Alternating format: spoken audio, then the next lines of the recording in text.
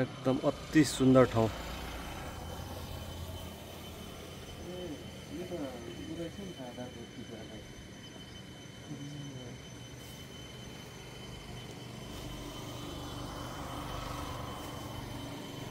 बेगनासताल चट्टै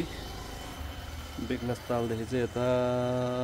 आएर डाँडादेखि यता तल्लोपट्टि फेरि रुपाताल।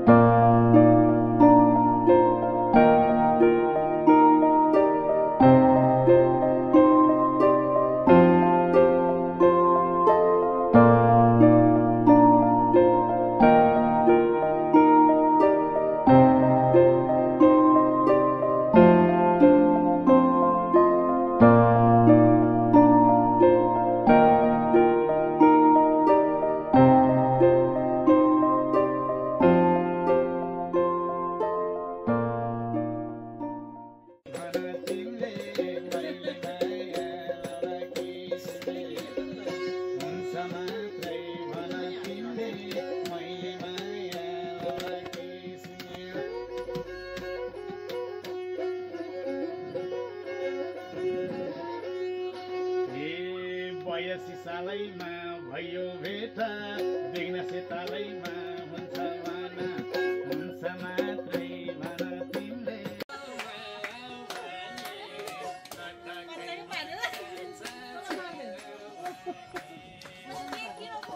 गाउँ फुले लालीको रस देशी फुलो डाँडी हाम्रो भान्जिरो फेरि एउटै होला के ठुलो छ यसलाई हेर्दा मात्र ठुलो झन् ठुलो रहेछ उस्तै त भयो त उस्तै हो उस्तै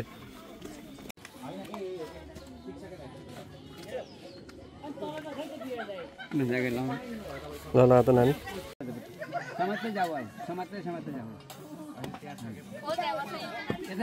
यहाँ बस्नुहोस् यतापट्टि बस उता फर्केर यता यता मपट्टि फर्किनु यहाँ सिटमा यतापट्टिको सिटमा बस हैन हो उता फर्केर बस उता फर्केर बाबातिर ल ल तिमी जाऊ त्यो निकाल्नु हुन्छ त्यो निकाल्दिनु निकाल्दिनु हो त्यो निकाल्नु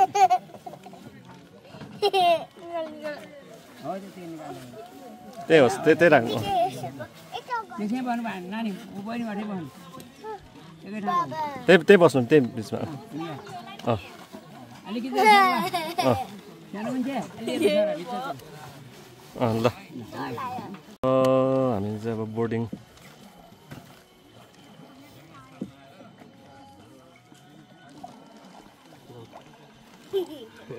यहाँ पानी त चिसो रहेछ उता त काट्दै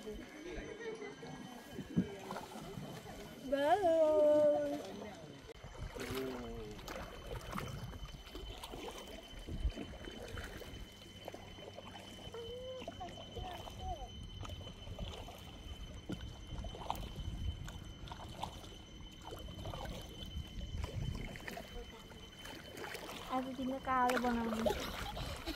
आज बेगनासतालमा बोट पनि चढ्यो है आज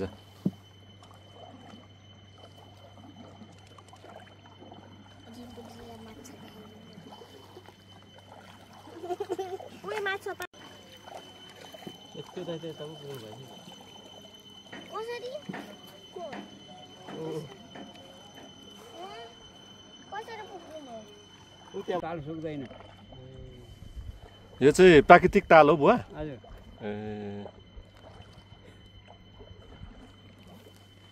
यो पर उयो जस्तो होइन फेवा ताल जस्तो होइन होइन यो हाम्रा जिजु बाजेलाई हामीलाई हिस्ट्री थाहा छैन यो कहिले बन्यो भन्नेको ए पुस्तक पुस्तकदेखि यस्तै त्यो रिजोर्ट हो क्या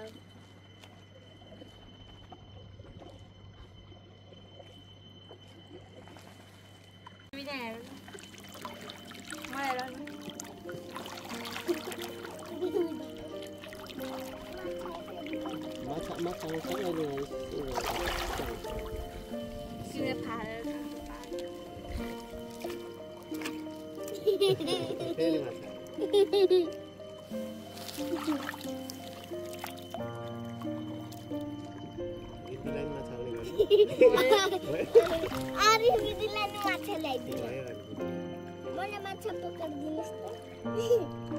यो मैले एउटा माछा समाते देखाउँ त इल्लो